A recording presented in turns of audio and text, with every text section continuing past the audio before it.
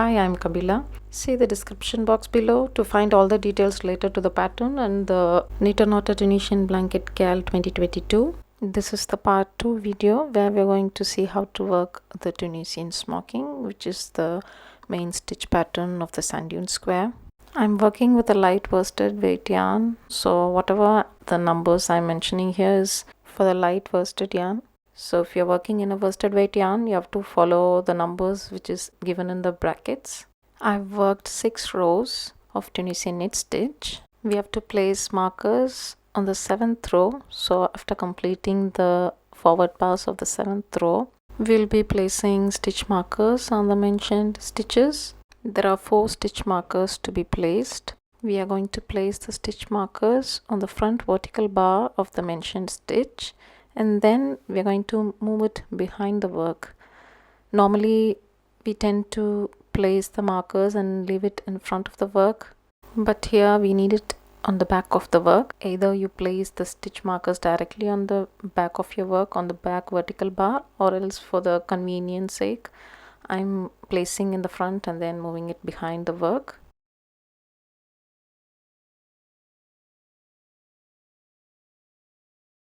After placing the stitch markers on all the 4 mentioned stitches, then we have to continue the regular return pass.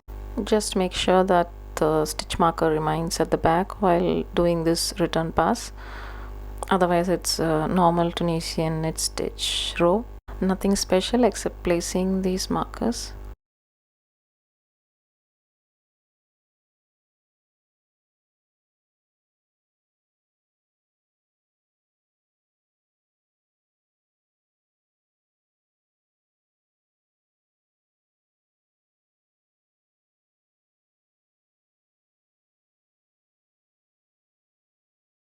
So after this row I'm going to work 6 more rows of Tunisian knit stitch as per the pattern. The row which I'm working right after the row with markers will be a little inconvenient because of the marker placed behind your work, but it's okay, you'll get used to it and it's not that very tricky. Just wrap the working yarn around the stitch marker, whichever way it's convenient for you. Just don't get it too loose or too tight, that's it, otherwise it should be fine. So I'll continue to work a few more rows of the Tunisian knit stitch and then come back at row 14.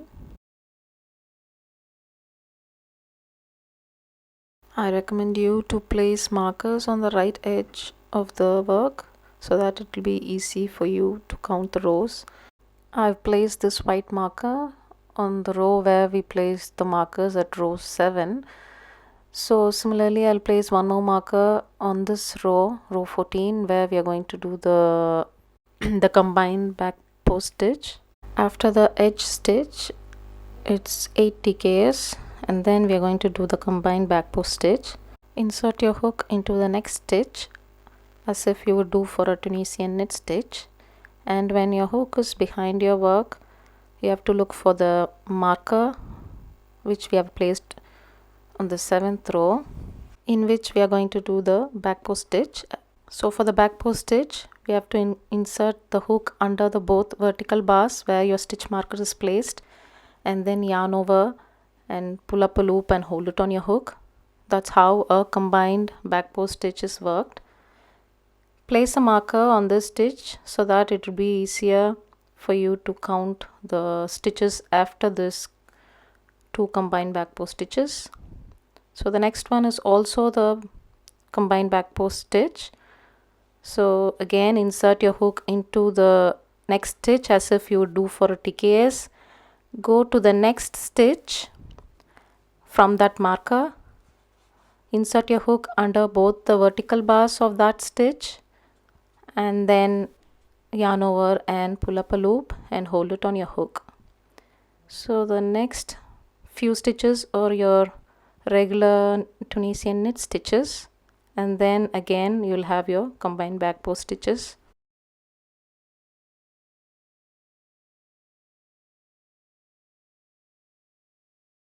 While working the combined back post stitch, it's very important to hold your work tightly, that is your current stitch and the stitch which you are doing the back post stitch. You have to hold your work tightly like this together, and then you have to yarn over and pull up a loop to the front.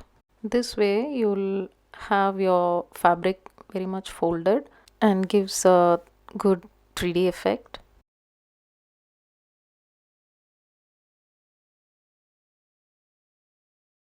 I'll continue and do the other combined back post stitches of this row, and then the return pass will be the regular return pass.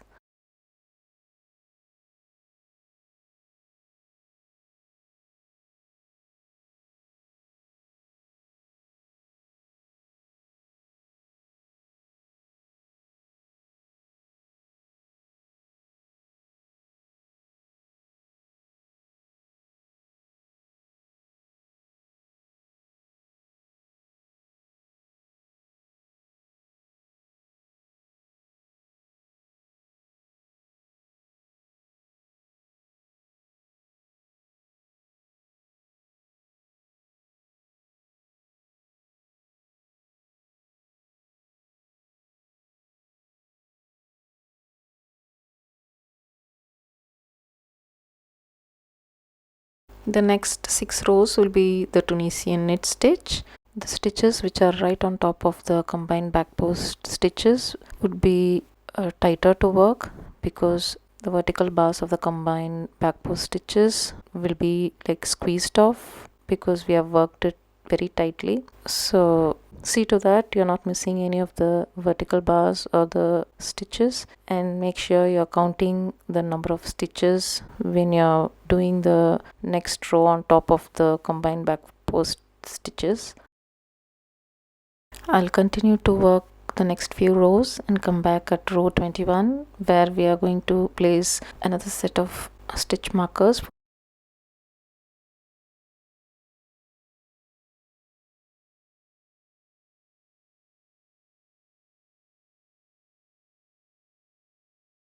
Now I'm at row 21, completed the forward pass of row 21. Let's mark the row counter for that row, then place the stitch markers as per the pattern. There are 4 stitch markers to be placed in this row, and like we did for the previous one, it's going to be placed behind the work, and then we have to continue working the return pass.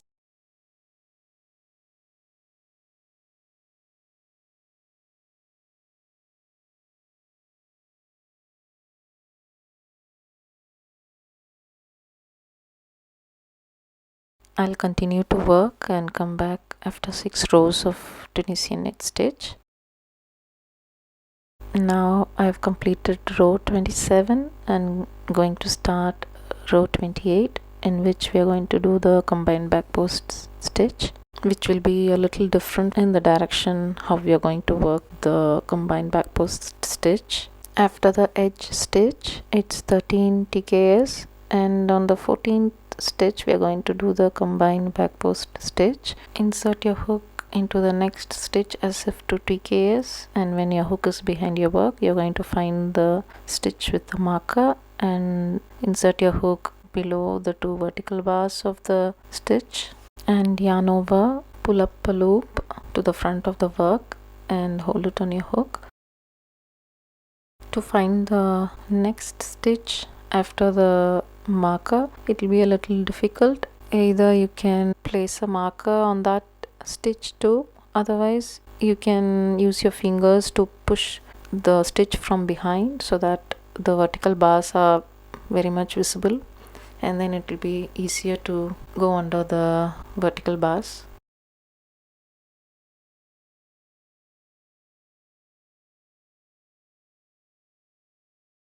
After the 2 combined back post stitches, it's 10 TKS, and then we're going to do the combined back post stitch again. In this row, the marker will be a little on the reverse direction. Earlier it was in the forward to the current stitch, but in this it is a bit behind your working stitch, so it's not that easy to complete this combined back post stitch. You might find it difficult to hold the fabric together while doing this stitch.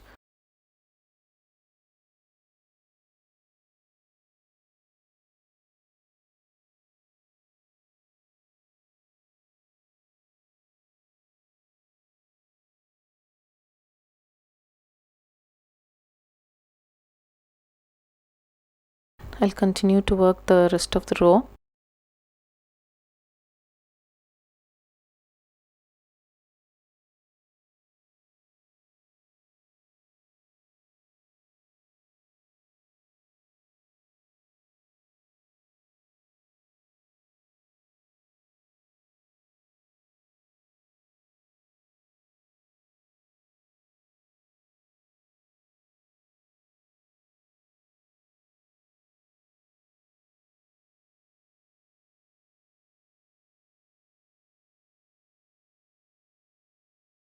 When we complete this row, it will be the end of module 1.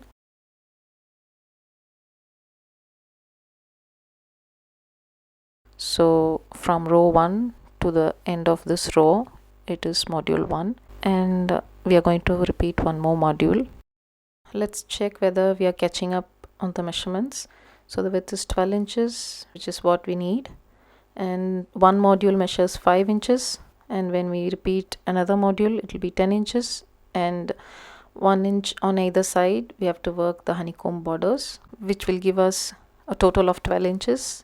Now I'm going to repeat one more module, which is row 1 to 28. So that will be the end of the main stitch pattern of the Sand Dune Square, after which we have to make the borders to make it a 12-inch square, which you can find it on the part 3 video, and see you there.